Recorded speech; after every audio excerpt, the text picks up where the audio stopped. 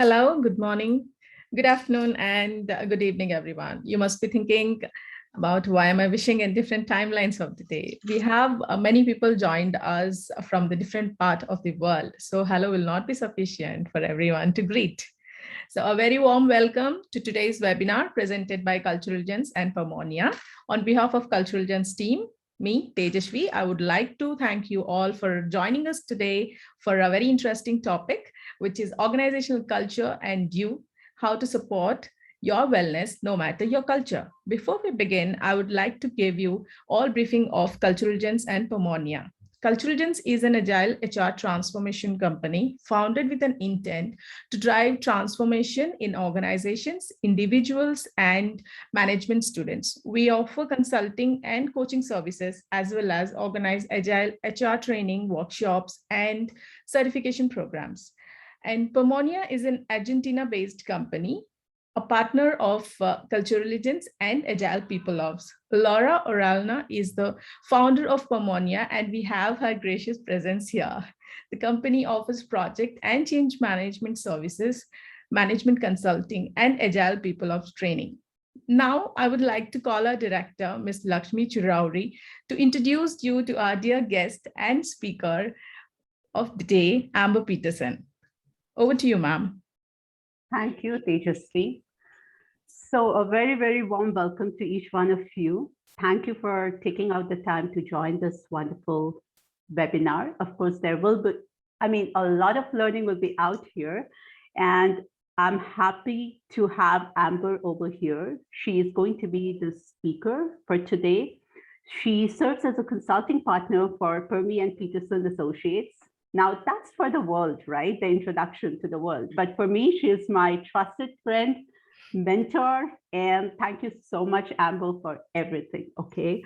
And I would also like to introduce Kathy once again over here. She is my life coach and definitely mentor and the managing partner of Permi and Peterson Associates.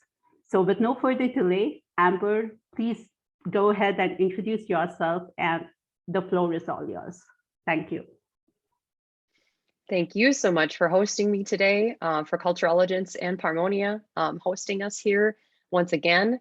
And it's just so wonderful to be here with all of you. And for those that are going to be viewing the recording later, thank you.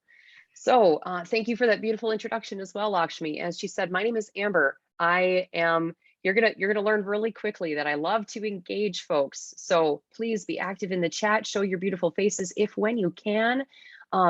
Unmute your mics. We have lots of, at certain points, we have great opportunity for some conversation. So just a little slice about me is that I know it doesn't show, very passionate about wellness, as you're going to see along here today as well. So my wellness journey actually started about 10 years ago now. And I was freshly married. I was a police officer in the northern part of the US, about 4 hours south of the Canadian border. And I had a lot going on in my life. I wasn't exercising regularly. My nutrition was really not great. I had a lot of stress. And I finally said, something's got to give. I got to change this. So I started running in order to run my stress away, I thought. And I will say that it was only the start. And even now, 10 years into this journey, now being on the civilian side of the world, working in organizational development with culture, employee wellness, development, I am still on my journey, and I know I will be for a long time. And I hope that if you're not already on your own wellness journey, that this sparks something for you today and you can move forward for yourself. So without further ado, let's move on to the next slide and let's start hearing from you right away. Lakshmi, would you like to introduce Mentimeter to them, please? Sure. Oops.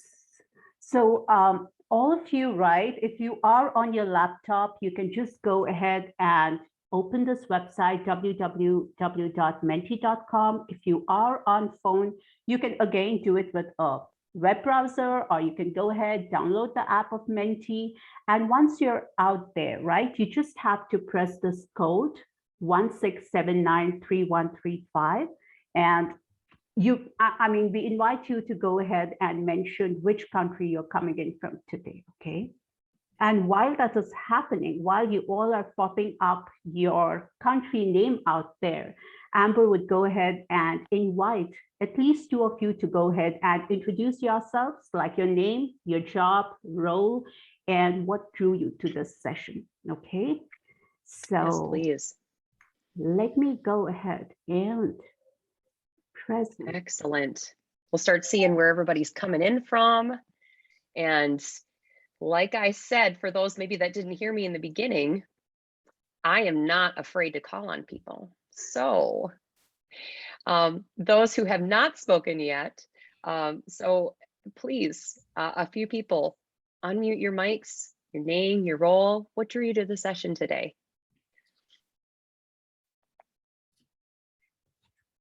Guys, please feel free to speak up.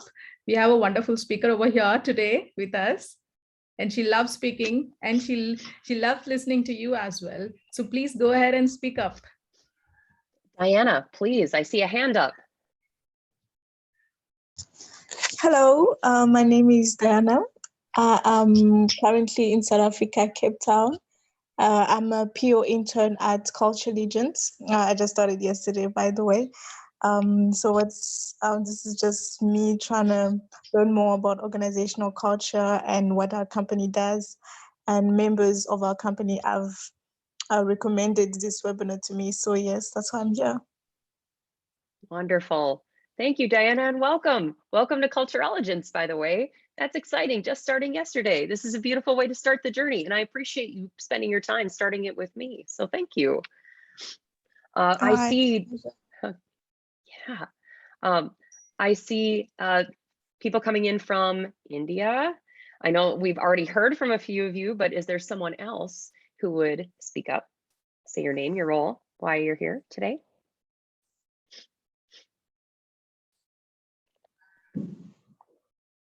Be brave, friends. There we go. Maxime? Maxime? Yes, hello. Good morning. Good evening. I am good. And you? I am Happy fabulous. to meet you here. Yes. So what drew you to the session today, sir? Today, I want to say my name is Maxime. I come from Congo, Kinshasa. Yes, good. Fabulous. Welcome. What brought you to us today?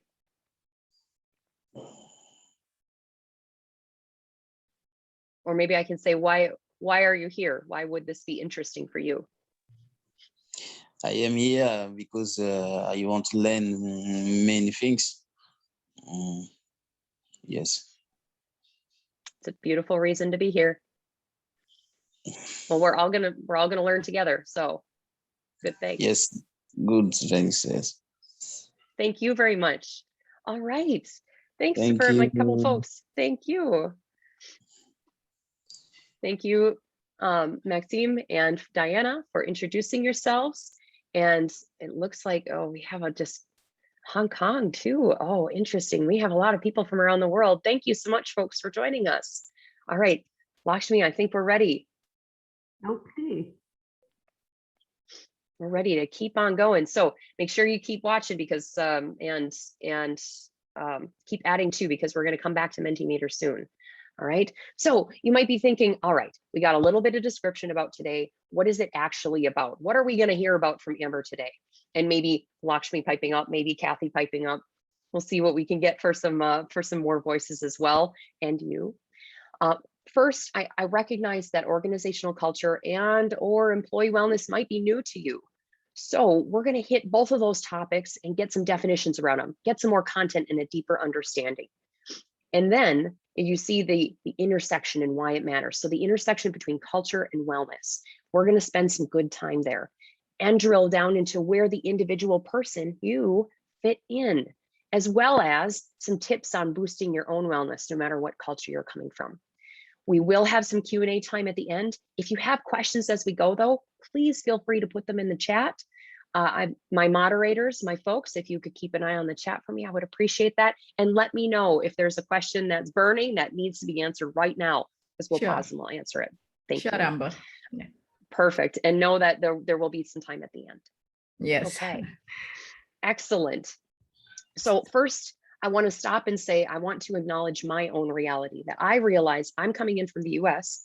I have, and not even everyone in the US has my own reality, but I have a consistent access to healthcare. I have the resources I need to take care of myself. And I recognize that that is not everyone's reality around the world. Now, these stats are from the WHO, and I found them to be really, really deep in our reality here in the room. Is that there are so many people who don't have adequate access to healthcare, who are in humanitarian crises, and are maybe plunged into poverty because they're trying to pay for their own healthcare. So why that's important today.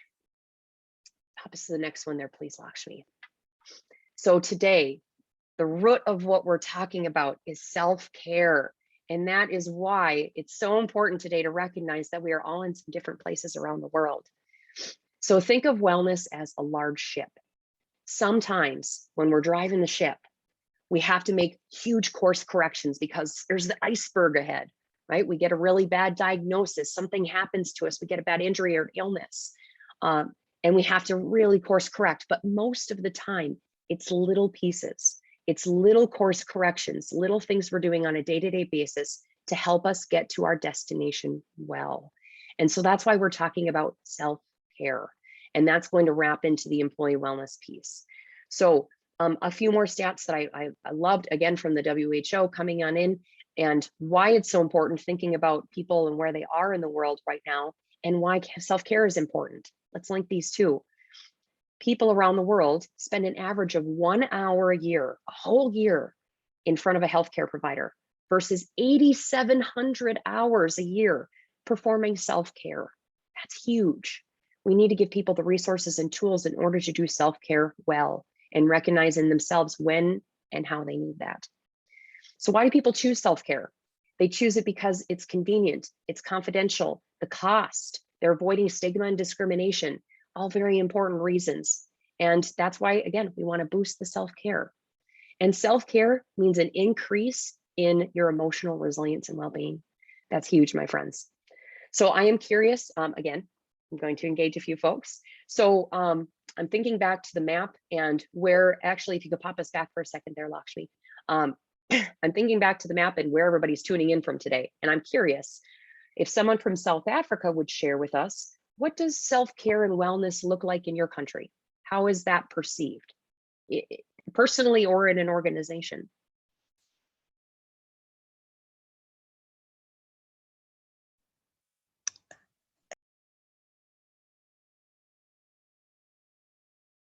All right, Diana, coming on back in. Thank you. Hello again to everyone.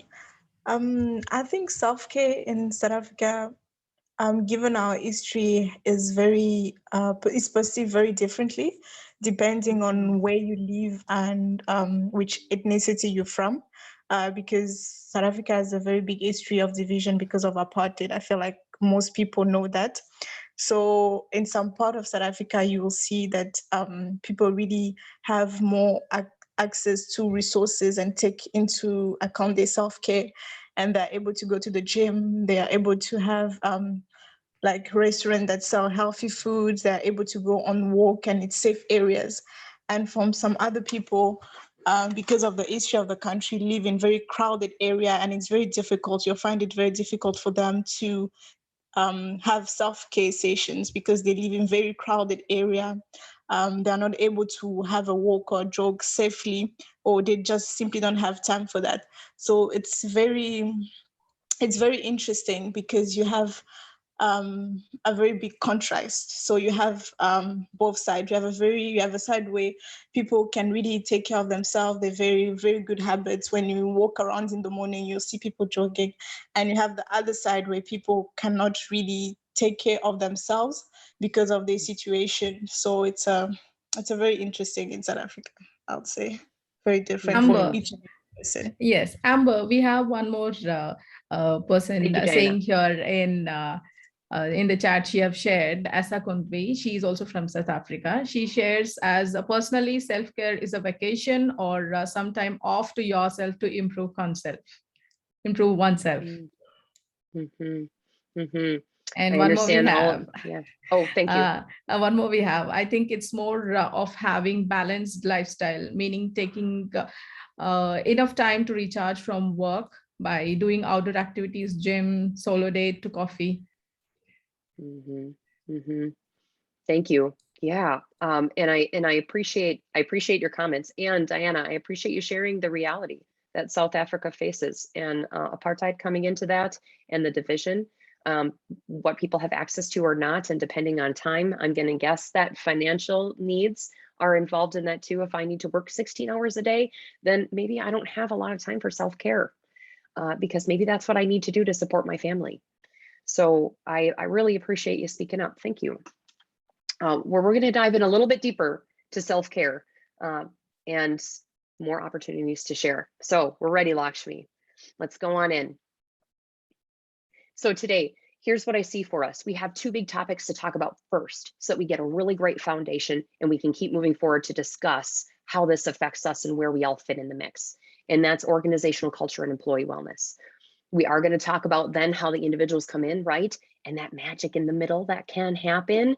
It just takes some time. It takes some resourcefulness.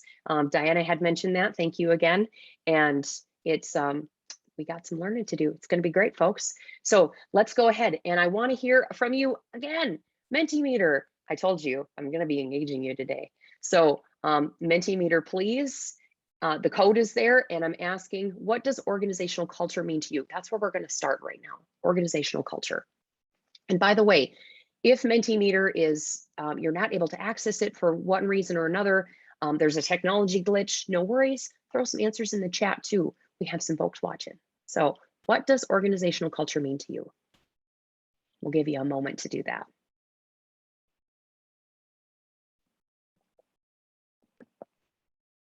And I recognize that you may have been here last month with Kathy and heard a little bit more about culture, or it might be completely new. So throw something out.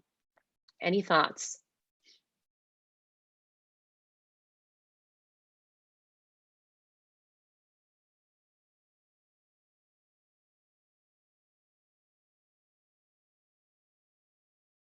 I know some people have some things to share. Jump on. And if all else fails, feel free to unmute yourselves and you can share that way too.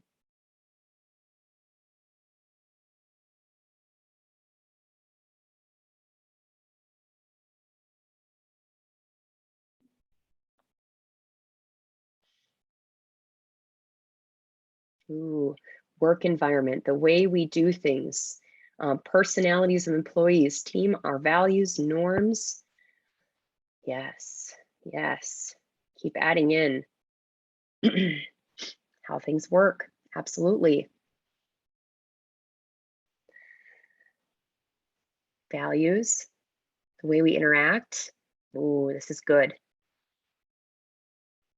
Helping each other grow. Oh, Mentimeter is interesting. It's given me all sorts of like fun things to look at here. Okay, healthy workplace, employee relations, work environment. Oh, all of it. All of it is so good. Thank you all for adding into this. Stress-free culture. Ooh, yes. Isn't that nice? That's a nice place to aim, right? That's where we want to be. We'll talk more about that. I would invite one of our moderators here. I see that there's been a few comments in the chat. Could you share just a couple snippets?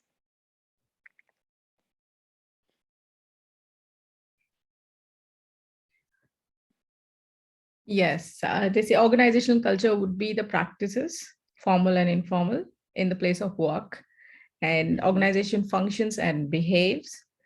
And we define organizational culture as a way which companies use to deal or achieve the company goals, collection of values and expectations, diverse cultures, authentic behavior in general. Yeah. Oh, thank you all so much for adding in. Thank you for those. I appreciate it. Okay. We have a lot of great stuff to talk about because yes, I think all those things, all the things that you're mentioning in Mentimeter, the chat, they all feed into the culture piece. So let's pop back to the presentation and I will give you a little bit more about culture. I hope we get to keep those Mentimeters. I want to dive into those more later too. Okay. All right. Thank you. Thank you, Lakshmi, for your help there. So what is culture? This is how Human Synergistics defines it. I love this definition. It's quick. The way we are expected to do things around here. And the key word there is expected. All those expectations that simmer under the surface or even sometimes bubble up and become very well known, but it's those expectations. So what Kathy and I like to do is use Human Synergistics model because it's a beautiful visual representation of culture and it hits all the parts. It's how they see it is that the culture of an organization is broken into 3 separate areas. It's the different styles that come out within an organization and how strong those styles come out. As you look at that picture, it kind of gives you an idea of that. But there are 3 different clusters. And I'm going to touch really quick on each one of those. Pop me ahead, please. So the first one are the constructive styles. That's the blue. That's the 4 at the top. And those are really what we call the go team go. These are where expectations around being aligned with the goals in an organization, bringing your whole self to work. That means all of your ideas. It's expected that you bring your ideas to work with you. It's expected that you bring your whole self, your authentic self. Someone mentioned being authentic. That's where this lives. There are expectations around coaching and mentoring each other and helping each other grow. I saw that in the comments too, as well as this is open, honest, and caring conversation. So the next one is a little bit different though. And this is the passive defensive styles. And it's really just that, it's passive. It's a lot of like, I'd like to help you, but kind of expectations. And that includes, instead of that open, honest, caring conversation, instead we're being nice. And we might say nice things up front to each other or make promises, but really in the end, we're not going to do that, or we really don't feel that way. We're not able to truly open up. It's around conformity and expectations that you're not going to make any decisions. And even maybe to the point that you're just going to shut up and keep your head down. And then the last 4 on the other side, the red ones. This is the aggressive defensive styles, these 4. And it's really about the task. As were the green ones, the passive defensive were about the people. This is more about what tasks do I need to do to feel safe here? And it's picking apart everything people are doing instead of building them up. So tearing them down instead of building them up. It's power plays. It's fighting for resources. And it's really about being perfect at everything, which I know we can already say like, oh, burnout, right? That's how that feels. So let's take a second. We're going to come back to the culture piece, but now I want to shift us quick over to employee wellness. And yes, again, you're like, Amber, again, you're asking for more. Please use the Mentimeter code. There we go. And if someone could put that in the chat too, please, and answer the question for me. What does employee wellness mean to you? Because we're going to start to get some definitions around that too, but I want to hear from you first.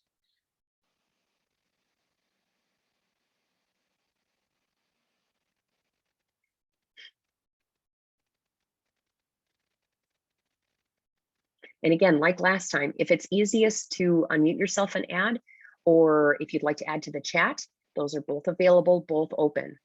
We got lots of good ways to interact today. Employee satisfaction, organizational health, yes.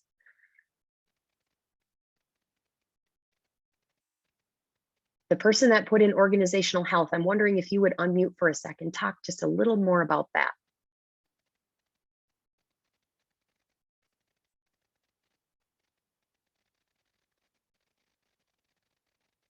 And if you're not comfortable doing so, maybe someone else has an idea of what that might, more of what that might mean.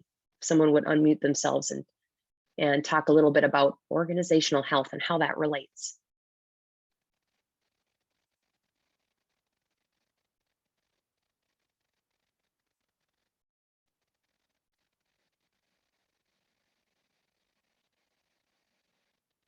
All right. I said I'm not afraid to call on people. I'm actually going to call on Kathy. Kathy, I'm curious, how do you see organizational health fitting in with employee wellness? Ideas? Oh, you got to unmute yourself first.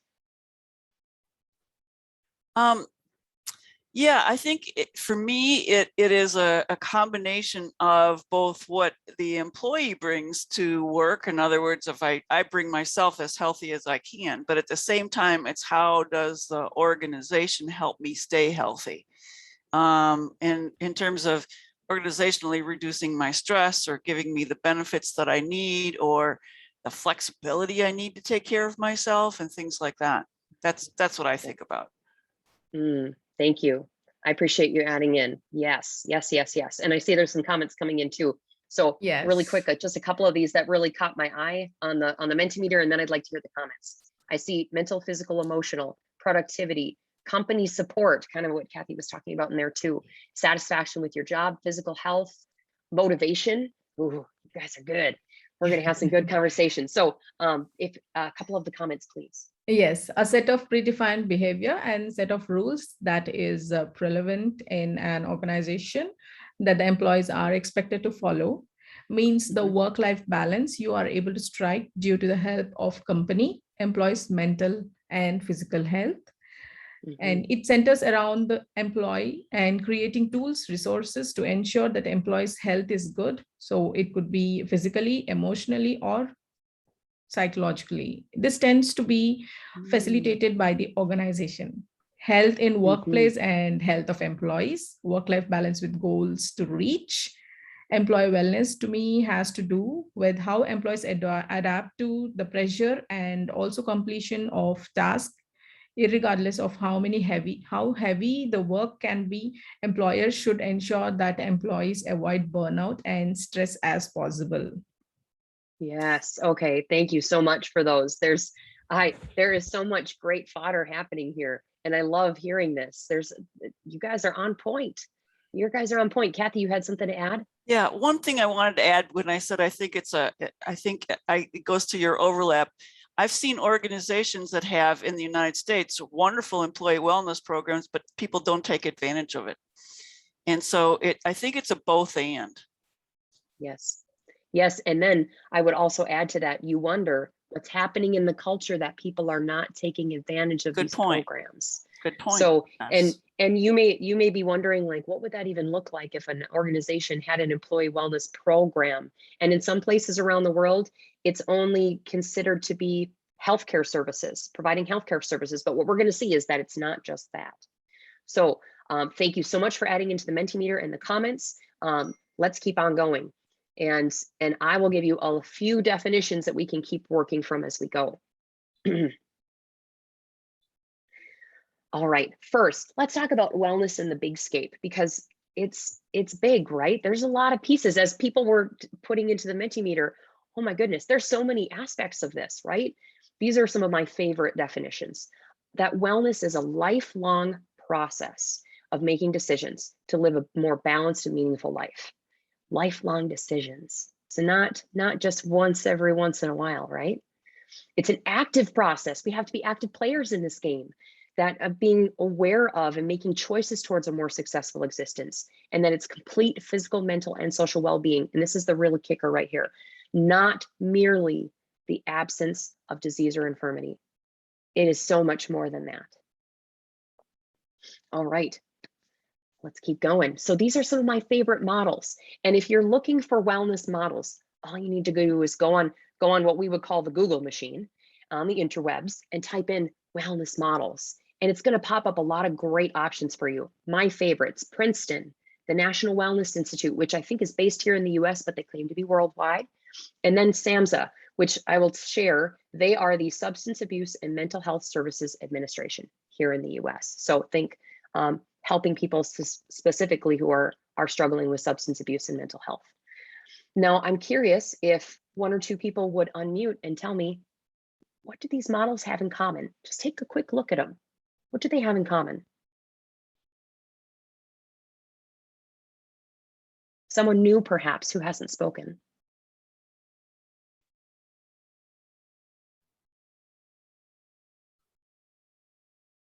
Guys, feel free to speak up. Yes, please.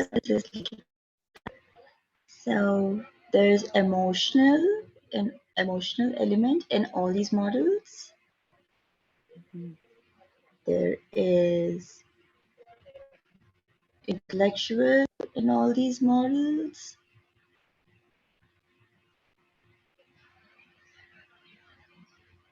There are spiritual as well. Mm-hmm. Mm-hmm. A lot of similarities, right? Social. Yeah. There are a lot of similarities, yes. Mhm. Well, thank you. Thank you for having the courage to unmute and speak up. I really appreciate that. Taking control of that piece. And I see Thank from the you. chats popping up too that that people are mirroring what you're saying as well, is that there's a lot of similarities across, that they're hitting a lot of the same points. And maybe they're repeating themselves, but the point here that I want to make is that there's a lot more to health than just one little slice, than maybe just work or maybe just physically being well. I see a hand up. Please unmute. Chair.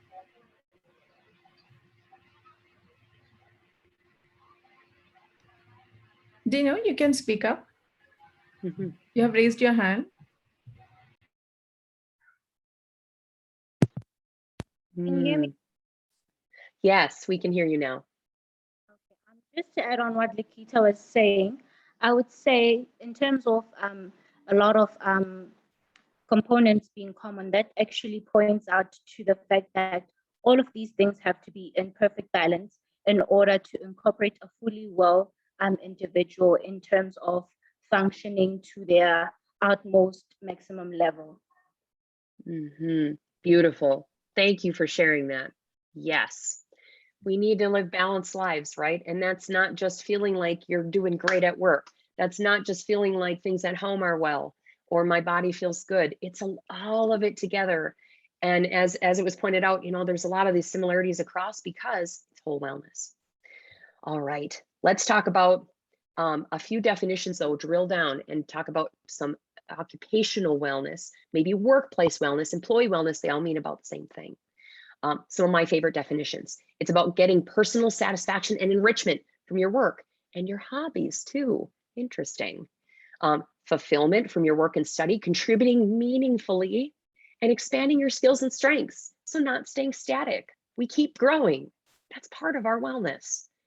And that we have a safe working environment. And this is the part that I really love, that the culture of the organization supports workers' values. It is not all about people feeding into the organization also feeds back to the people. Okay, oh, and I would add to that too, that it's not only work, it can be volunteer, it can be hobby, it can be your personal life, it can be school, but those all fit into this area. Okay, we are at the intersection. How do these start to intersect? Employee wellness, culture, come together. One more click forward, please. There we go. We got the loop between these two because these feed off of each other. And I want to give you an example. So let's say in an organization ABC, in their culture, it is the expectation that you do not bring up creativity. You do not bring up new ideas. So how do you think that makes people feel? If somebody would unmute and add to that. So if the organization is a place where you're not allowed to bring new ideas up, you just have to stay quiet. Please, I see a hand up and I'm so sorry that I'm struggling to pronounce your name, but go for it. Well, in such an organization, I feel like they're choking the individual to not think outside of what they have. It's like they don't want to promote or relieve that individual of their creativity. Yeah. How would that make the person feel then? That they'll be stressed. They will have no sense of being in that organization, and they would also feel as if they were not meant to be even in the workplace in the first instance. So yeah. It sounds really suppressive and kind of a downer, right? Yeah. Thank you for sharing that. Can you pronounce your first name for me, please? It's Asakundri, but most people can say Asa. Asa. Well, thank you, Asa. I appreciate your opinion on this, and spot on, yes. If your creativity is stifled in an organization, so i.e. you're not able to bring your whole self to work, what does that do? Oh, I'm not even part of this organization. I can't even feed my ideas in. I can't make this organization any better because I'm not allowed to. So then maybe I'm not allowed to make myself better. That's a big thing on health. So now let's think about how that feeds back into the organization itself. So if I am feeling like I can't feed into this organization, and I would add into there maybe even resentment or frustration that I'm not allowed to bring my creativity. Now, do you think that as an employee, am I going to bring my best work product? Probably not. Am I going to help foster and reinforce constructive expectations in the organization? Probably not, right? And I'm just going to feed into this loop, and we're all going to kind of come on down. And we don't want to come on down. We all want to rise up and rise up together.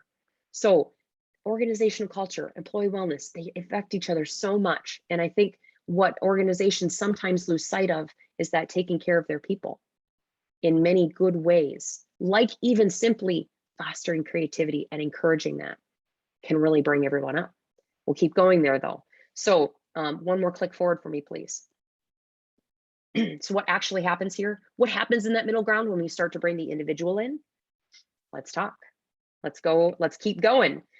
So if someone has, I want to talk about the experiences that someone might have keep talking about that based on the expectations they're experiencing in the culture. Now, two sides of the coin, and you might feel you pop into both sides, or you might really resonate with one or the other. But looking at the left-hand side, someone might be having a great experience, a very constructive culture, let's say, where they feel like they're performing very highly. They have a connection between their values and their work. They're feeling successful, satisfaction, energized, excited, feeling motivated. They are validated constantly. Their value is validated, okay? That's a fantastic experience. Now, on the other side, the culture might be really affecting them to the point where they're having so much tension that those, you ever feel like a lot of projects are piling on you and you start doing this around your desk, your shoulders start creeping in. Lakshi's laughing. Yep. And they come up to your ears and you're kind of hunch over. And then all of a sudden, oh my gosh, my back and my shoulders are sore. My head hurts. I have a headache. That's that tension creeping in from that stress. Procrastination, absenteeism, meaning I'm not coming to work. Presenteeism, which means I'm coming to work, but I'm really not here because I just can't engage.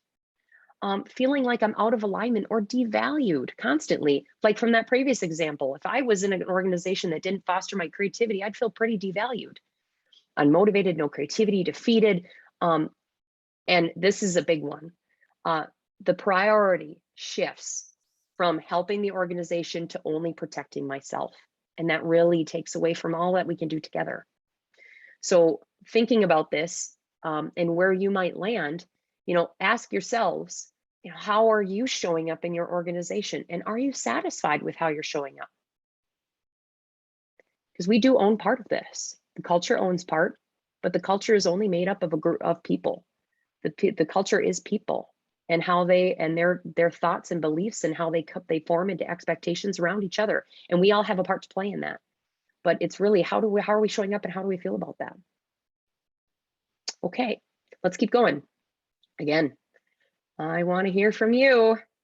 So please share in the Zoom poll that's going to pop up. Lakshmi, do you have something more to share with them on the Zoom poll part? I would just go ahead and launch the poll. Folks, just go ahead. The question would pop up on the screen to you. I believe you can see that, right? The question is, what level of wellness are you experiencing in your organization? And this is a scale 1:5. So please feel free to read through that and go ahead and shoot out your options.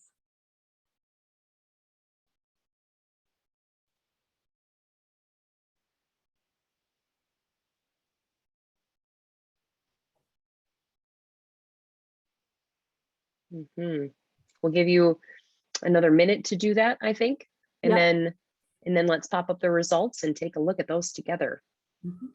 So as you're thinking about this, I wanted to acknowledge one thing, that a couple things actually.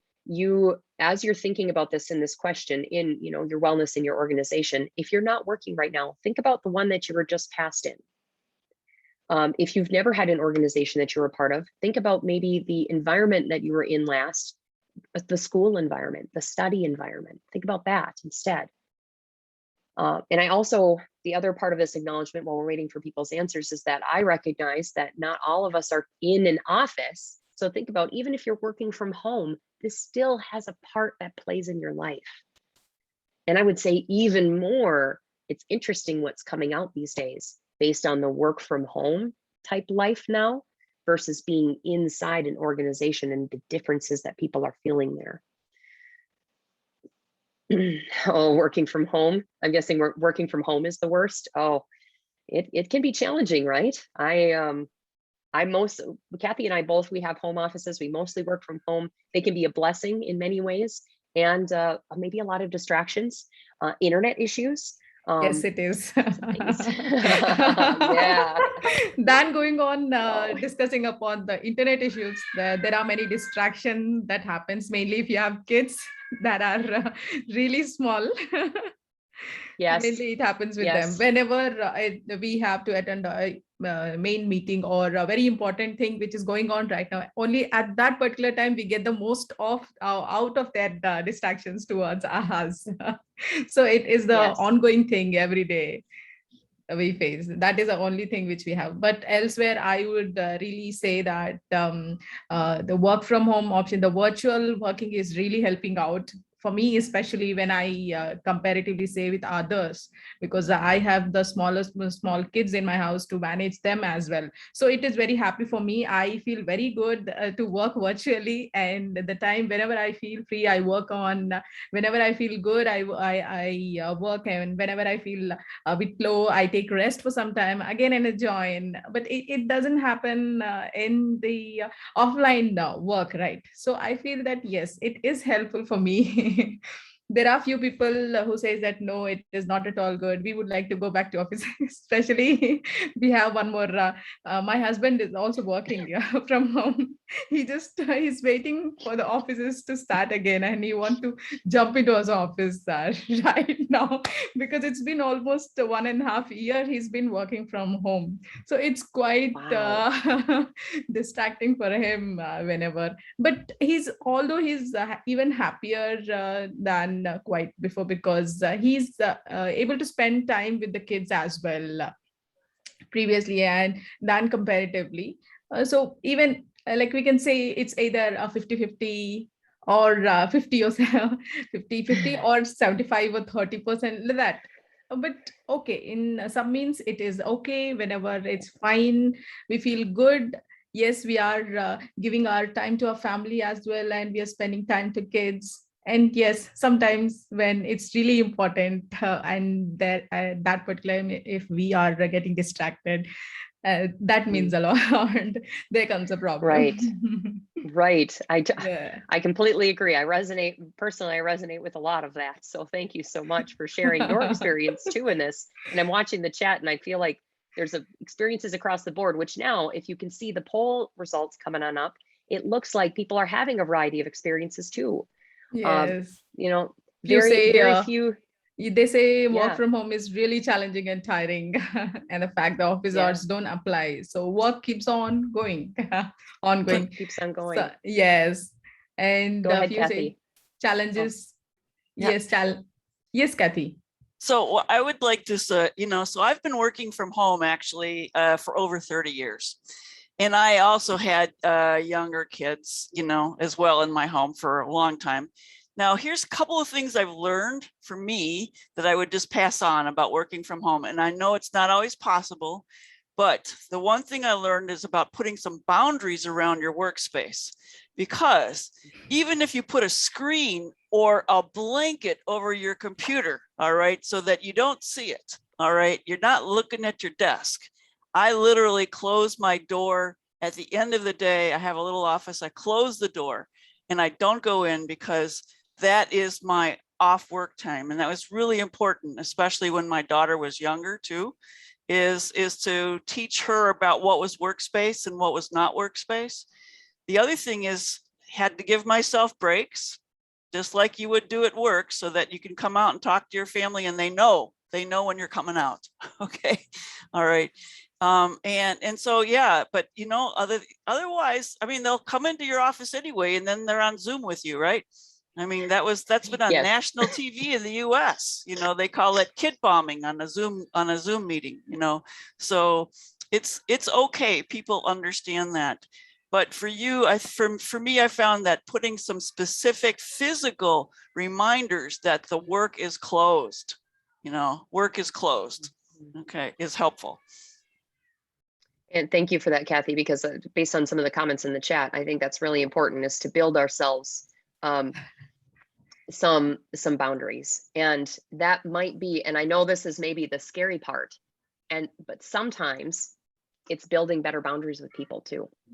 And not the people inside your home. I'm talking about the people in your work environment, and letting them know, I am done. I have closed shop at this time. So it's important, my friends. We need space and time, right? As best as we can, understanding that some people have to work a lot longer hours, but as best we can in order to give ourselves the time, because even just giving yourself the brain space to step away from work is self-care. It is self-care. So really quick, I love all of the things people are sharing, and I want to draw some quick attention to the poll before we move on, because I value your time and I want to try to keep us on track. We're going to go a little bit over. I'm just warning you right now. So if you need to look back at the recording, if you need to leave, I understand.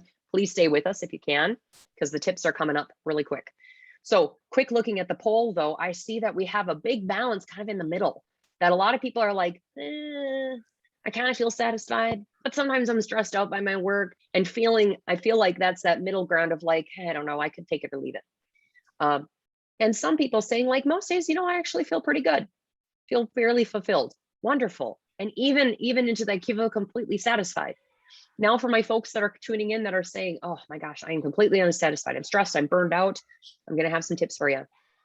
And self-care is more important for you than anybody else. Even in that 2 category, right? Most days I'm feeling very stressed out. Self-care. And I know it can be hard to fit it in. And it's about switching your mindset to find the little bits in our days that we can actually add that in. Is it the moment that I have alone in the bathroom? If you have small children, you understand that. Is it the walk from work to home? And I totally understand the concern around safety and having to look around and wonder if I'm being safe. Can you walk with a friend? And maybe you have that self-care moment with them. We're going to get into this a little bit deeper. How about we take the poll down? Thank you so much for feeding into that. That was wonderful to see 40 some people throwing in those thoughts in, and let's move on to the next one. So really quick, I want to touch on this, looping this back between culture and the wellness piece. We've been kind of talking a little bit about it, but let's really dive in. So what people were saying, when I feel completely burned out, when I feel completely stressed out by that, where is that living? I would say that's a lot in that aggressive defensive area, where we feel like we have to always be on from the comments. We always have to be on. We always have to be perfect. We have to be doing things all the time and be so good at it. I'm burned out. Understandable. That's that aggressive defensive. The task is so important. Now, when we have folks saying like, oh, you know what, maybe I don't feel like I have control over my hours and I have to be always on because I just have to conform because that's what everybody else in the organization is doing. It's the norm that we're always all on. That's that conformity piece. And that's on the other side. That's in the green area. That's a passive defensive. I have to always be worried about what everybody else is doing and then conforming with them. And then that constructive, the people who are really feeling like, oh, work is, yes, satisfying. I'm feeling so good here. I'm really fulfilled. That's that blue. And that's what a lot of Kathy and I do. We'll look at an organization and say, what are you doing to really foster well-being within your organization? Whether it's really helping people feel fulfilled, or it's maybe helping them align with the goals and keeping them on track. It could be, do you have some kind of a coaching or mentoring program set up? Or even down to what kind of conversation do you have on a regular basis? And do people feel like they can actually speak up? Because if they can't, That's going to dive into that unwell part. Okay, let's keep going. We are finally on to the tips. Woohoo! You're like, yes, Amber, give me the meat. Give me what I want to hear. So I just want to pop this thought into your head first really quick. I'm going to fully admit I got a lot of language on these next few slides. Don't worry about it. You don't need to write it all down. We're going to get you a handout, and there's going to be a recording of this that you're going to have access to.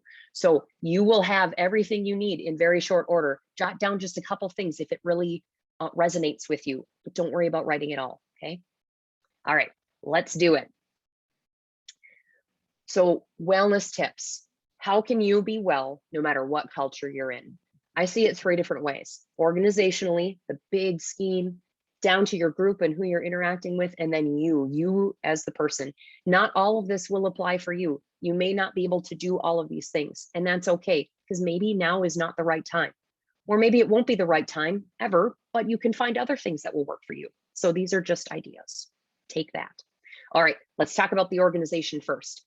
And the first one, so this one I want to put a little asterisk on. When I say dream big and define your vision, your purpose, and your values, I realize, and I'm talking to the other millennials in the room, and maybe some of the folks who are underneath us that are a little bit younger, that this might not be where you're at yet. You may not feel like, oh gosh, I haven't even lived life enough in order to define my vision. I don't know what I want. Maybe I just want to go to work and be done with it and then hang out with my friends. That's okay. That's okay, because maybe that is your vision right now. And that is your value. Your value is really focused on time with people and not time at work. Time with work is just to pay the bills, and that's all right. Maybe right now it is all focused on your social life. That's okay. Now, on the flip side, I might be talking to the boomers in the room, or those that are kind of in that middle ground between millennial and boomer, but you're in that zone where you're like, yes, I have lived life. I know what I want, and I'm going to chase after that. And I've got big dreams. Good for you. Keep defining them. That's my big message here. Keep defining them. And I have a couple questions that you can help in prompts here for you in order to help do that. Where you want to see yourself in 5, 10, 20 years down the line. And that's all those areas of your life, not just work, right? Maybe not just family. Add finances in there. Add your health in there. Add in if you have a religious group that you're a part of, or a spiritual group. What about that? What about your hobbies? Lots of pieces to this. Your purpose. What's the big reason that you're here on earth? And are you moving towards that purpose? If you're not, how can you move towards that purpose? Your values. What do you value most? And I love this one. I actually got this prompt from a mindset guru that I really adore. What emotional states do you value the most? And what do you want to experience more of? So if I really value joy and feeling joy in my life, that's an emotional state. How can I chase after that more? How can I foster more of that in my life? When you make that conscious decision to chase after those emotional states more, I've done this over the last few months with myself. It's amazing what changes in your life, because you find what you focus on. It's called confirmation bias. You find what you focus on. So if I am focused on finding joy in my life, that's what I'm going to find. Okay. Now, a tip, if you can, find an organization or a role that aligns with your values. Again, understanding that not everybody has the option to choose a job. Sometimes you just have to take a job. That's okay. Is there something in there that you can align yourself with then? Or maybe you have the ability to make the choice. Can I go with an organization that has high volunteerism and that donates to many organizations or groups or nonprofits? Fabulous. Last few questions to explore, and then we're going to dive into the next one. What sparks joy for you? What are you passionate about? What would you change in your life if you made decisions based on where you want to be instead of where you are now? What would change? I know that's a scary big question, and a lot of our defenses go up when we start thinking about that stuff. Dream big, my friends. Okay, let's talk about social groups, the groups that you're in. So let's go on to the next one here. So social inclusion. Social inclusion is so important.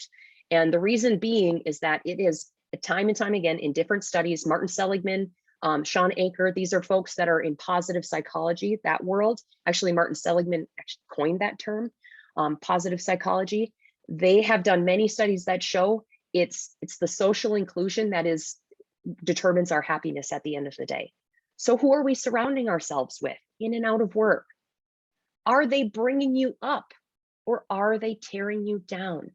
How do you talk to each other? How do they treat you? Can you separate yourselves from them if you're surrounded by people that are not bringing you up? And can you find people that really push you to be better, to push you to keep growing? Those are the best people to have in our lives, the ones that challenge us. Now, communication is a big part of this. And that's especially, I'm talking to my work from home folks. I don't care if you have to go to the grocery store to get, this is a tip from Kathy that I got a long time ago. A tip just to go to the grocery store to interact with somebody and have a conversation. I don't care if it's you have to step next door and talk to the neighbor. You got to make a phone call. You talk to your cat. You should talk to a person, by the way. I talk to my cats, but you know what? I got to interact with people too. We know. I'm seeing a few faces like, yeah, you get this. So, but communication with people is so vital to this, even in a small scale. And ask for help. I'm going to say it again. Ask for help. If you need help with something, even just a friendly ear to push something past, there are a lot of research. There's a lot of research behind that in the people that we feel comfortable asking for support from. That feeds a lot into our own wellness. When we have to keep everything on our shoulders, when we have to bear the burdens of the world and feel like we do that alone, that is not wellness, right? That's excluding ourselves from society. We have people. Lean on them. Okay. I've got more questions for you to explore as you start to think about this for yourself around maybe who tells you the truth even when it's hard. Do you have a best friend at work? Gallup, this is another tip that Kathy shared with me, is that Gallup says if you have a best friend at work, your wellness will go up. How you feel about work, it goes up. Lots of great things. So if you don't have a best friend at work, do you have a great connection that you can start to foster? Someone that you can start to be close with, but make sure they're pulling you up, not tearing you down. Remember that. All right, who causes you stress at work? And what's one thing you can appreciate about them, even if they cause you stress? Because when we start to shift ourselves from and I'm going to say expectations, not in the cultural sense, but in the expectation of what people are going to give me. So when I shift myself from expecting that I'm going to get everything from everyone to appreciating what I have and appreciating people and what they bring, that does change things too. Shifting from expectation to appreciation. Run away from negative people. Thank you, Aruna. I appreciate that. Okay, last one. We're right at our time. We'll have some Q&A right after this. So you yourself, and really I'm speaking to the folks that are saying, I have to have this job. I can't say anything. I can't do anything different. I am really stressed out and I don't have great people in my life who support me and I don't know how to change that. What can I do as just a person? Here's some things. Consider what's happening for you instead of to you. Life happens for us instead of to us. Another mindset shift. And I will, again, from personal experience, I will say that is a huge one. When we start, it's again, the appreciation piece, but things happening for you instead of to you, even the negative things, the good and the bad, because we experience things to make us stronger or to learn a lesson. So take the lessons. And your interpretation of your circumstances matters so much. The meaning that we make of life. Now, this is my mindset guru that said this, Brad Bizjack, if you want his name. He said, life is a series of events and what we make of them. You might have got that from Tony Robbins, but we'll leave that to him. If you've heard of Tony Robbins before. But life is a series of events and what we make of them. That's seriously what it is. So what do you make of the events in your life? It makes a difference of what kind of meaning you make. If you see that the world is all against you constantly, and I'm giving you some tough love here, if you see that the world is constantly against you, then where are you? You're in defense mode constantly. And that's not wellness. That's not true, authentic, deep in my heart wellness. Now, if you can stop and smell the roses, right? You've heard that before. You can stop and you can appreciate things. You can appreciate the hard stuff. And I can stop and say that there are great things happening in my life. Remember when I mentioned confirmation bias? When you search, what you search for is what you find. So if you search for all the people who are doing you wrong in your life, that's all you're going to find. Find the appreciation, find the good stuff. Brad Bizjack is the guy. I saw the comment, Bizjack. He's on Instagram, he's on Facebook, he's got his own website. I highly recommend all his stuff. He does some free stuff every once in a while too. That's fabulous. Okay. If maybe somebody could pop that in the chat for me, that name, so everybody else has that. Okay, just the last few things, and then we're going to get back, or we're going to come back to the Q&A, or come to the Q&A. So learning from your mistakes. I heard this one a long time ago, and this has always helped me throughout my career. You're not the first and you won't be the last to make the mistake that you do. It's okay. You'll learn and you'll move forward.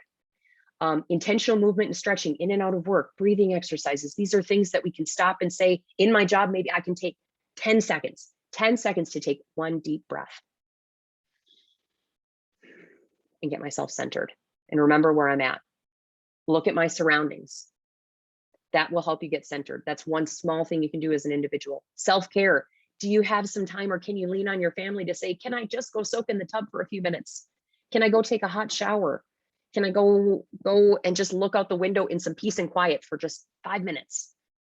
Self-care. Affirmations are self-care as well. Telling yourself nice things, because we can be our own worst critics.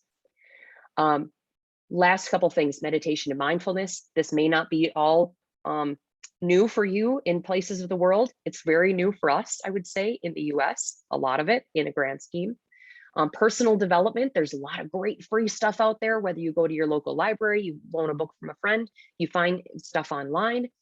Creating healthy habits. This is the last bit. Don't lean on willpower alone. Discipline and habit is really the key to success in building your wellness. Building things in and doing it every day. Kathy, tips to include. You're muted.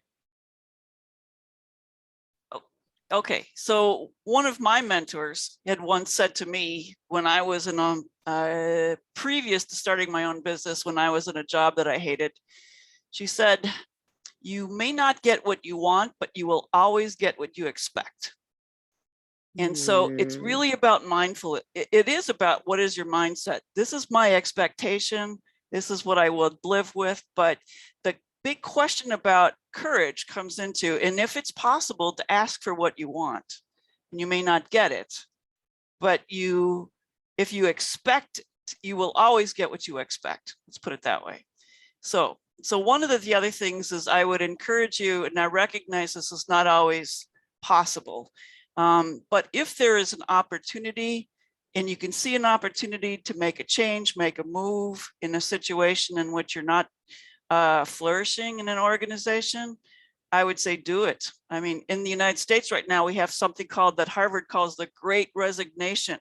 There are so many people quitting their jobs because of the culture that they have recognized over the last pandemic that is just dysfunctional, that they're all looking for new jobs.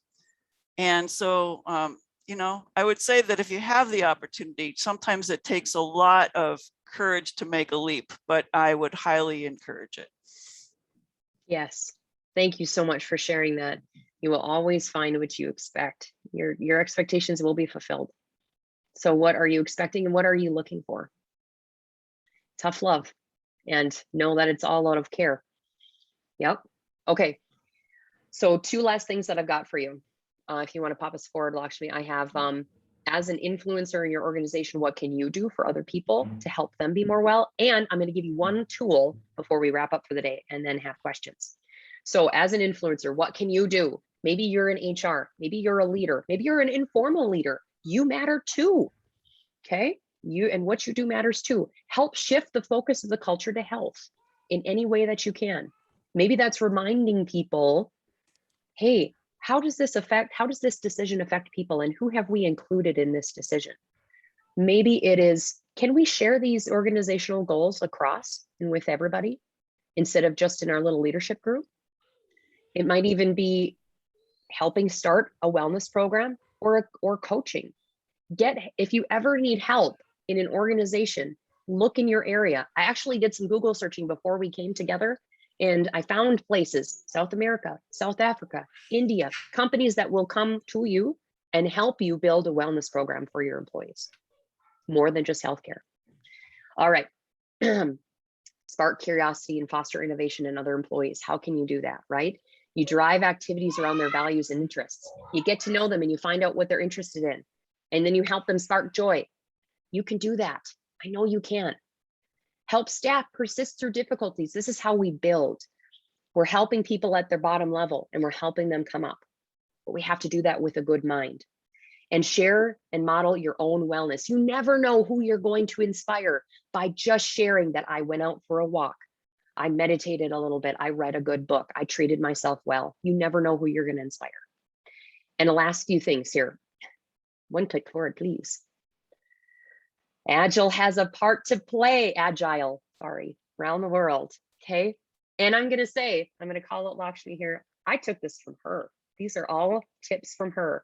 So take ownership of continuous learning and adaptation in your organization. Keep going for me, thanks. Have a mindset of growth and change. And be agile. Live it. You can do this. You are modeling for other people. So as an influencer, be agile, have that mindset, believe that people can change and grow. Lakshmi, do you have anything to add to this part? Because I called you out. No, you have said it all. Thank you, Amber, for that. Yeah. Thank you. All right, here's the tool that I want to give you. If you pop us forward there, Lakshmi, it's called the Zorro Circle. And this is from Sean Aker. Now, this is his book, The Happiness Advantage. I would very highly recommend it. It's a great book. If you can get your hands on it. Even go online and just search it, you'll get a lot of tools. If you go in the Google Images and search it, you'll get a lot of tools. So here's what it is. Maybe I am really struggling and feeling stuck. So you see that little center circle that's a part of this? Center circle, I'm giving you an example here. I'm going to take my stuck situation and I'm going to write it down. I'm feeling really overwhelmed by all of my responsibilities at work right now. Okay, that's how maybe I'm feeling, as an example. Now I draw a bigger circle around that. That circle is, what can I control? I can control my mental state. I can control my priorities, the flow of my day, my expectations. I can control some of my deadlines, and I can control when I say yes to new things walking in my door. This might not all work for you, but you have to define what you have control over here and be aware of that. Awareness is a huge part of this. Now, then to the side, we draw two boxes. So show me that first box, please. This is recognizing what we don't have control over. Again, awareness and recognition. I don't control my coworkers' mindsets. I don't control the quality that they bring to projects, their priorities, or the other demands on my time. Answering emails, answering phone calls, my kids coming in and yelling and being really excited that they drew a picture and they want to show me. I don't have control over that, and I love them for it. And it's a draw on my time and my energy. So then that bottom box, how can I master my Zorro Circle? I'm going to go through each one of the things that I can control and talk about how I can master that, right? I can choose to reorient my mindset and take a moment, take a breath. I can prioritize my work in a way that makes sense for me. I can schedule short breathing breaks or time for meditation or maybe even movement just to refocus and energize myself. If I'm feeling really overwhelmed, I can do that. I can shift my expectations, my quality, the depth of my work. Maybe I decide that 80% is good enough and it doesn't have to be 100%. I have control over that. I can move some deadlines to take a little bit of pressure off, and I can decline some projects. I have control over that. So this is about mastering where you have that control. And then one more click. This is the best part. I can choose to let go of the things that I do not control. Kathy, can you share your comment that your former boss made to you again? What did they say? Yeah, I'm overwhelmed. This is wonderful. So what, again, she said is, you may not always get what you want, but you will always get what you expect.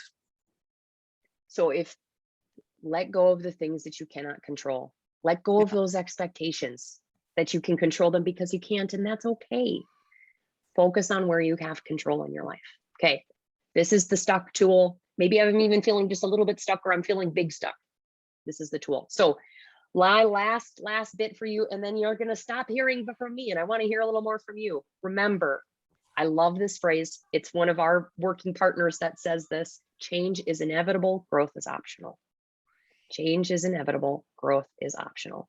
We have to embrace our own wellness and move forward. We have a place and a responsibility to culture and our own wellness, and we can shift and adjust. And remember, wellness is not here and now and that's it.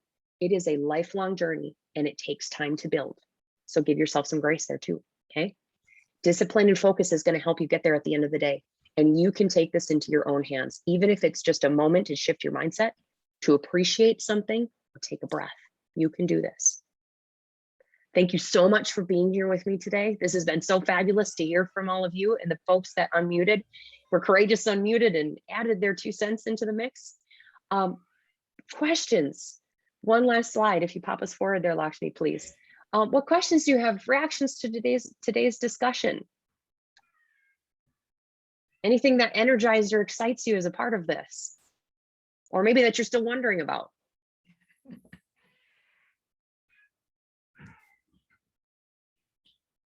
Okay, yeah, Yeah, yes, you can put it in the chat. Yeah. Yes, Yeah, go ahead. Thank you so much for this wonderful learning session, which you have.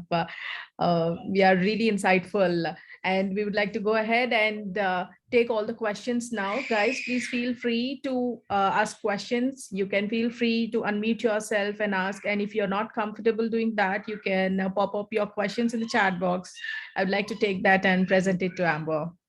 And yes, Amber, shall I go ahead with the first question? Yes, here, I just one last piece and then go ahead with the question is, remember that if you are courageous to throw your question in the mix, you might be asking the question that somebody else wants to ask, but it's maybe afraid to ask. So be courageous, ask the questions. Go ahead. Thank you for the first one. I would like to know how do HR and people leaders, like the one who says they are leader in the organization, drive the value of creating the culture in the organization? Like how to say? I would like to ask in this in the way like how are they driving themselves to create the culture in the organization? That's a beautiful question. And I will say that it's a really big question, but on the short end answer, and I'm going to invite Kathy to answer this one too. So prepare yourself, Kathy. So the people that lead the organization truly are at the helm of the ship. They are guiding the ship. So where they choose to drive the ship, we go. And the people that are otherwise standing behind them, down in the lower decks, who are feeding all of the different machines and taking care of them, they have a part to play in this. And sometimes they yell up and the people at front don't always hear, but people at the front, you have to remember that you got to hear the voices back behind you. Yeah. You got to hear the voices down below you, and you have to ask for their opinion at times because people see different things that you don't see. And so what I'm getting at here is that the top leaders have a huge impact in organizations. HR, you're included in that. You have a huge impact. And it's about how you choose to present yourself. What are you modeling? Because what you model, people see and they take it and they run with it. So even if you don't realize that you have some, and especially if you are a leader who wants to grow and help your organization, ask for feedback in a way that people will give you feedback. True, honest feedback, because that will only help you grow and change to really foster a great working culture. Okay, I've spoken enough. Kathy, anything to add? The one thing I guess I would add is that I would, if as a leader, we actually had a wellness policy and we had some things about flexibility and time off and taking care of yourself, I would expect my leaders to be modeling that. Because, and I guess I answered my own question earlier, as you were saying, Amber, about why people don't take all that stuff off. So if they have all these beautiful wellness things like, oh, yes, you can do flex time. Oh, yes, you can do time off. Oh, yes, you can say no to this project but if all of a sudden you'll notice that the top leaders never do that, and they're always emailing you at 3 o'clock in the morning, okay, and expecting an answer at 3:45 in the morning, unless that's late, etc. So that's part of it, is that the leaders themselves have to model what it is that the policies are.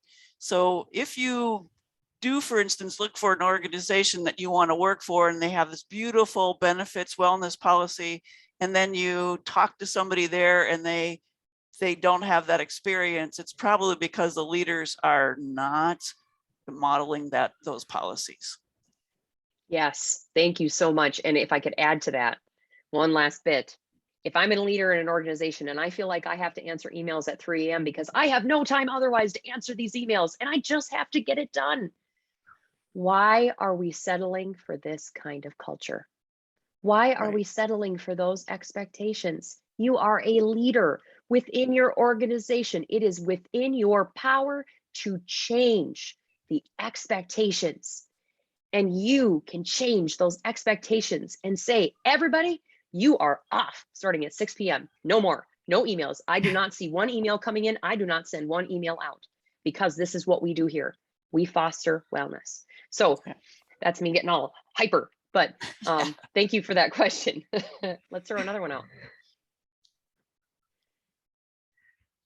I know it's not obvious that I'm passionate about this. I know it's really not. So you'll get some answers from me that way. Wonderful. What are you wondering about? Anybody? I saw one actually in the chat previously when you were talking about organizational vision, and somebody was asking about how do you determine what your purpose in life is? Oh, that's a beautiful question. It's a big question. So I'm going to answer it again on the small end. And here's, oh, thank you. Lakitha? Yes, I'm sorry. Lakita. I probably butchered your, thank you. I probably butchered your name and I'm sorry for that. So first I'm going to answer and then I'm going to suggest some resources because there's a lot of great guides out there. So determining your purpose in life. I actually recently took myself, I invested in myself, let's say, I invested time in myself, and I spent some time away from home, just a small amount of time. And I stopped and started to, one of the people that I really highly value, she says, you just brain dump. You have a piece of paper, you have a pen, and you brain dump. What is important in my life? What brings me joy? What am I passionate about? What do I really care about? And just write it all down. It might take 2 hours, it might take 5 minutes, who knows, but you just go for it. And as much as you can. Then you stop to see, are there patterns here emerging? Maybe it's that I really care about helping people. Maybe it's really that I care about technology and getting that to people and access to resources. Maybe it's something else, but start to notice the patterns. What do I really not want in my life? You can make probably a huge list on that one, but the top ones, that's stuff you can cross off for any of my purpose. That's an easy one to do, right? But what do I really, really want in my life? What has meant a lot to me? Or another question might be, what might have happened to me in my life that made a huge impact? Maybe I had a mentor in my life that really shared something powerful and deep with me that, wow, blew my mind. And all of a sudden I had a lot of energy and excitement around that. Is that maybe my purpose? So I started to answer some questions for myself, and I drove down and drove down and drove down and kept going. And I finally got to my true purpose in life in sharing mindset, sharing powerful mindset with people, because mindset is something we can all work with and change and help ourselves to grow. And we can be in a much more joyful and happy place if we foster the mindset for that. So now the resources that I'm going to suggest. There are a ton of podcasts out there, websites. I'm actually going to pop another one into there, especially I'm going to say for the female entrepreneurs out there who have children. I know this is someone in the US, and she has a ton of great insight. Her name is Micah Folsom. She comes from her website is micahfolsomfit.com. And she has a free podcast. Lovingly, she calls it Do Your Crap. I love that. Just do the work, just do it. So she goes in and she has guest speakers that come in. Brad Bizjack is one of her guest speakers that comes in and talks about various mindset pieces. And she talks a lot about creating vision and diving down into your purpose. You can go online and say, how do I find my purpose? You're going to find some beautiful guides out there. It's a big question, and I understand that. Thank you, guys. I would also say it evolves over time. Your purpose at 20 sure. might be different than your purpose at 30, 40, 50, 60, 70, etc. So it evolves. Yes, it evolves. And that's beauty. That's the beauty of it. So maybe time for, I see we're getting there. Maybe time for one more question. Yes. Yes. A question. How does one know what their purpose is? And do you personally think that employee well-being has improved or not, since many employees are working virtually? That's a really good question. So I think I answered the purpose one, or as close to it as I could come right now in our short time. But let's talk about work from life or work from home life and how that's impacted, cultures impacting that. So the way that I have seen it and experienced it so far is that unless you are very intentional about communicating with people and communicating well and doing not just email and not just texts, but some of this as best you can, the communication is suffering. And I think people are feeling isolated. They're feeling like I have to work all the time. They're feeling this shift in expectations like, oh my goodness, I don't even know what to do here. And I'm not sure what I'm supposed to focus on. And I'm supposed to be on all the time, despite any distractions. And now I have to maybe step away with my children. And so now, because that was 5 minutes that I stepped away, I better put in a full extra hour. And not to mention that people are struggling to get their focus back on point. And so that just makes everything go longer because there's so many distractions potentially. So I would say that some people are having a really great experience on work from home life because it's giving them a lot more flexibility in their day and their life. And maybe they have more quiet space than they would have at their office. There's a huge range. It's really, for me, a huge part of this though, is the intentionality behind helping people work and communicate with each other. Kathy, something to add? I would also add that seeing the Wall Street Journal, Harvard Business Review, and other trade magazines in our area, that companies are seeing that about, it's a mixed experience. Maybe a third of the people love working from home, never want to leave that. A third want to go back to work because of all the distractions at home. A third like the flexibility of wanting to do a hybrid. So right now, companies, at least in the United States, and I don't know about worldwide, they are actually, HR in these companies is crazy trying to figure out what is going to keep employees because so many people are leaving, because many companies that are saying you must come back to work are losing the employees who want to go remote. They'll just go somewhere else. Those who are saying, oh, we're always going to stay remote are losing their employees who want to go back to work. Okay. And then others are trying to come up with a hybrid approach of when do we be in the office? When do we not? And it's kind of crazy right now. HR is kind of writing rules. They're just kind of, they're writing the rules as they go. And there is no really one answer. So with that, what can I do as a leader or maybe in HR or even as a person? How do I help the culture move along? One, intentionality, be intentional about reaching out to people and communicating with them, asking the questions, making sure even, like the water cooler talk, those little moments that we usually have in our days in our offices where we get to interact, even for a moment and say, how are you doing? Oh, it's good. My kids were doing this. This is going on. Maybe I got to go to this celebration or not. Oh, that's really great. And those little conversations, even schedule in little bits of those. And there's some really cool programs that are coming out online in order to have these little bits of conversation as you go. Second thing is, as a leader, especially in HR, reach out to your people and ask their opinion. Ask how they're doing. Get their feedback. This is the time to include people in decision making. So that will help.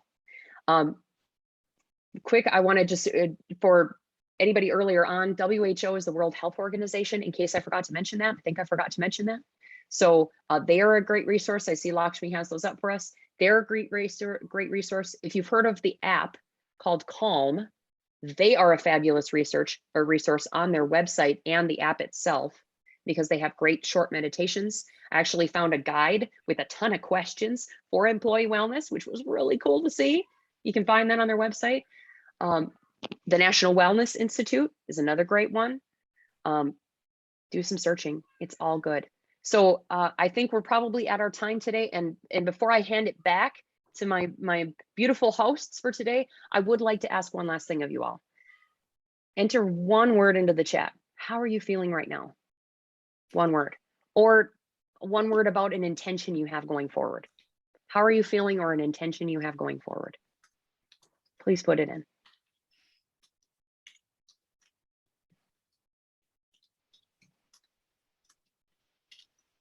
Thank you for that suggestion, Lauren. Balance. Balance is a fantastic app. We much appreciate it.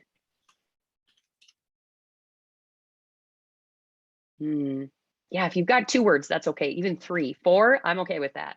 It's like amazing, So future calm. focused, great, calm and contented, happy, new perception, motivated, hopeful, inspired.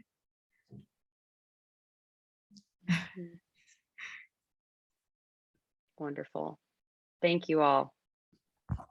Health is in your, the first part of health is in your hands. Mindset and self-care. You've got this. Absolutely. Yeah. Okay. Thank you all so much for your time today. This has been beautiful. I'll hand it back to our beautiful moderators and hosts for today. Laura, Lakshmi, Tejeswe. Thank you. Thank you so much, Amber, for your time, and also everyone else for participating in this webinar. I request you all to fill up the feedback form in the link, and the link is being shared in the chat box.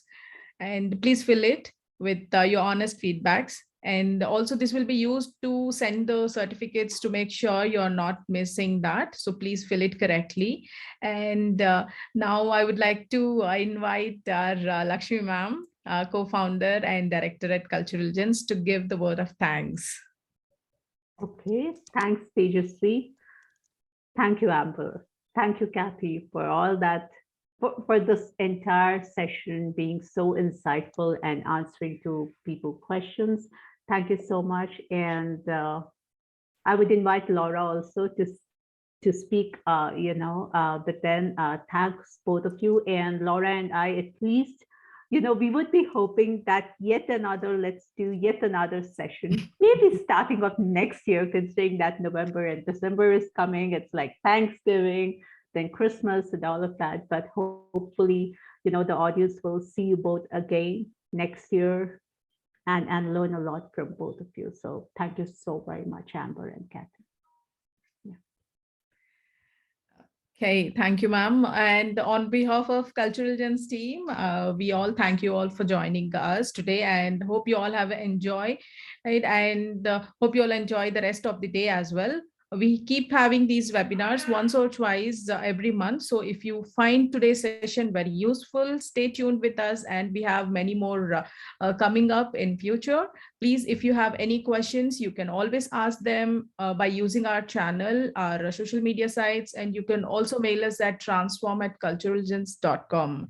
And at last, do not forget our agenda, which is let's write future through Agile HR methodology. Lastly, I will request all of you to please turn on your cameras so that we can have a virtual group picture.